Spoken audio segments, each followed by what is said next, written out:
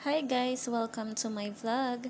So, ang topic natin ngayon ay kung paano mag-VIP sa Popo at kung ano yung mga advantages ng pag-open ng VIP. Una po, para ma-redirect tayo dun sa pag-open ng VIP, i-click mo lamang yung profile, yung na-encirclean ng red, and then yung na-encirclean naman ng green, which is nakalagay open. And then, yan na po yung sa VIP. Bale, may tatlo pong klase ng VIP. So, yung una is yung normal VIP na kailangan ng 95,000 coins para makapag-avail ka. Good for 1 month na po siya or 30 days. Plus, ang kagandahan po nito, yung mga privileges niya, which is makaka-receive ka daily for 30 days ng 3,500 coins. So, kung total po yan ng 30 days, bale 105,000 po siya. Mababawi mo po yung 95,000 at may kita ka na 10,000 coins.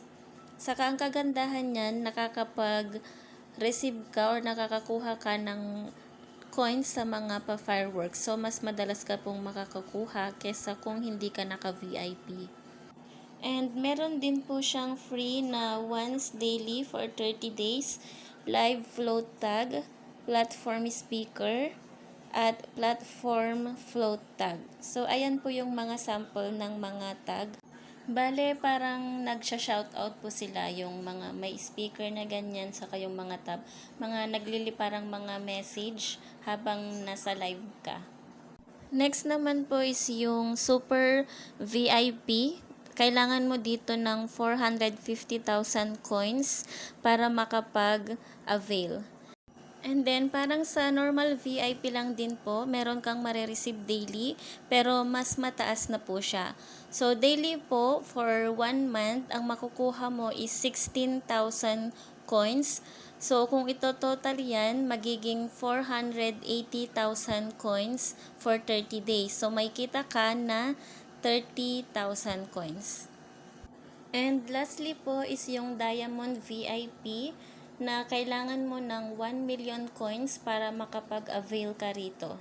And meron ka ring makukuhang daily na coins na 35,000 hanggang 30 days. So, total po niyan is 1,050,000 coins. So, may kikitain kang 50,000 na coins. And same lang din po sa normal VIP, meron ka pa rin makukuhang mga live float tag, platform speaker, saka platform float tag. Mas marami nga lang po dito sa Diamond VIP. So, kung naka-Diamond VIP ka na po, ikaw na po yung priority. So, kung magka-catch ka ng fireworks, ikaw na yung mauuna.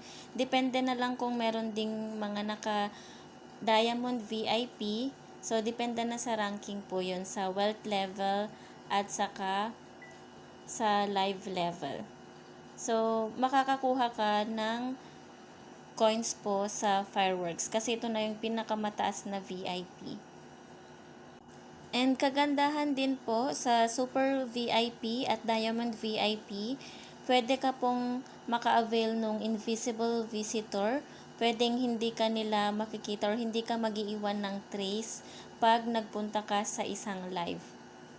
So, ayun lamang po about sa kung paano mag-avail sa VIP at kung ano ang mga privileges nito.